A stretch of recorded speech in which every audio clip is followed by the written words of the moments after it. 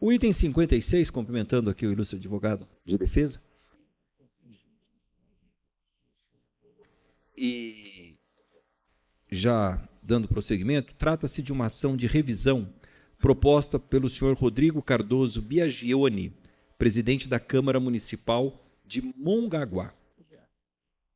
E as razões dessa ação de revisão contra o acórdão proferido pela primeira Câmara, que julgou irregular as contas da mesa da Câmara de Mongaguá no exercício de 2017, por ineficiência e falta de segregação de funções, falta de confiabilidade nos registros contábeis, irregularidades no quadro de pessoal, concessão de gratificações, remuneração de horas extras, pagamentos de horas extras, enfim, todos esses itens podem ser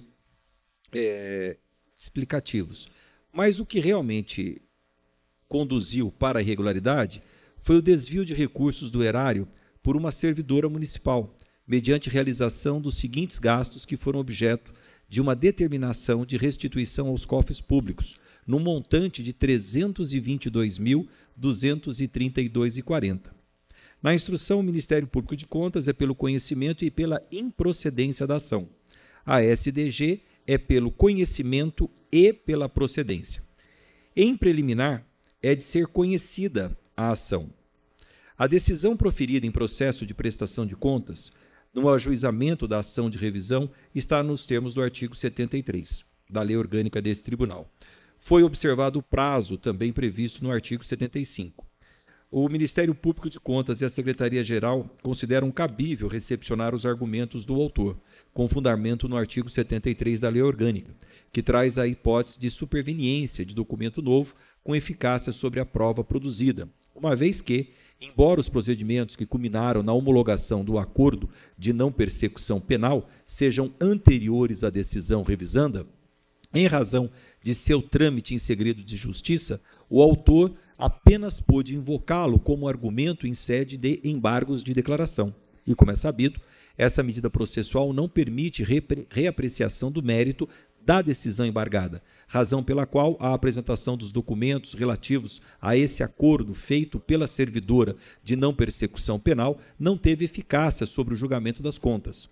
Demais, importa reconhecer que a documentação requerida demonstrou eficácia sobre a prova produzida, configurando, pela relevância e em circunstância excepcional, a hipótese do artigo 73.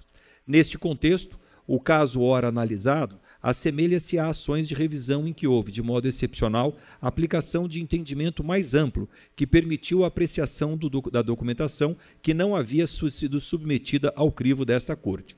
Portanto, senhor presidente, senhores conselheiros, senhora conselheira, eu proponho o conhecimento da ação.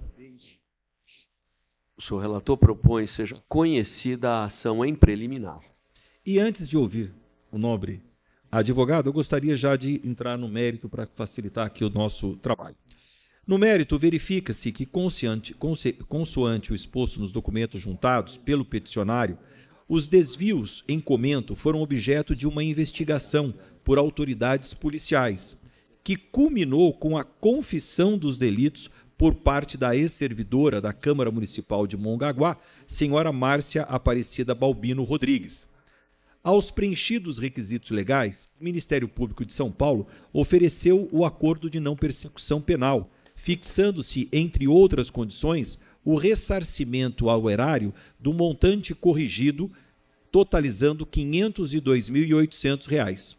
O acordo de não persecução penal foi homologado pelo Poder Judiciário em 23 de novembro de 2021. Verifica-se, portanto, que as investigações não apontaram participação na prática delitiva de outros servidores do órgão, muito menos do seu presidente à época. Assim, atribuída à responsável pelos delitos a obrigação de devolver os valores desviados, a condenação do ex-presidente em relação aos mesmos fatos constitui um suscetível equívoco de acarretar enriquecimento sem causa da idilidade, o que acabaria por receber valores em duplicidade. Por sua vez, embora o Ministério Público de Contas entenda que o montante da condenação ora discutida não estaria inteiramente contemplado pelo acordo firmado pela ex-servidora, é certo que, conforme alegado na petição inicial, os valores dos desvios foram estimados pelas autoridades penais, compreendendo todo o período em que os crimes ocorreram, de 2016 a 2018, de acordo com a confissão produzida pela própria servidora e com elementos de prova colhido ao longo das investigações. Cabe observar, senhor presidente, senhores conselheiros, senhora conselheira, que este Tribunal de Contas, na presença de desacertos idênticos, deixou de emitir ordem de recomposição do erário nas contas dos exercícios imediatamente anterior e posterior.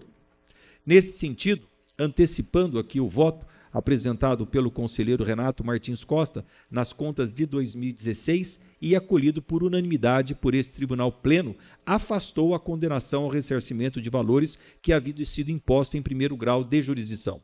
Dessa forma, a aplicação dos princípios da isonomia e segurança jurídica reclama a uniformização do entendimento adotado nos presentes autos, excluindo-se a determinação de recomposição ao erário dirigida ao ex-chefe do Legislativo, mantida, contudo, a irregularidade das contas, diante de todas as falhas apontadas na instrução processual. Desse modo, eu voto pela procedência da ação de revisão com vistas a reformar o acórdão apenas a fim de afastar a condenação do ex-chefe do Legislativo, senhor Rodrigo Cardoso Biagione, ao ressarcimento ao erário, pois está sendo feito pela servidora que realizou o acordo de não persecução, permanecendo íntegros os demais termos do referido acórdão da primeira Câmara, que julgou irregular as contas do Legislativo. Então, para que a gente encurtasse todas as razões, já está colocado o voto nessa ação, senhor presidente.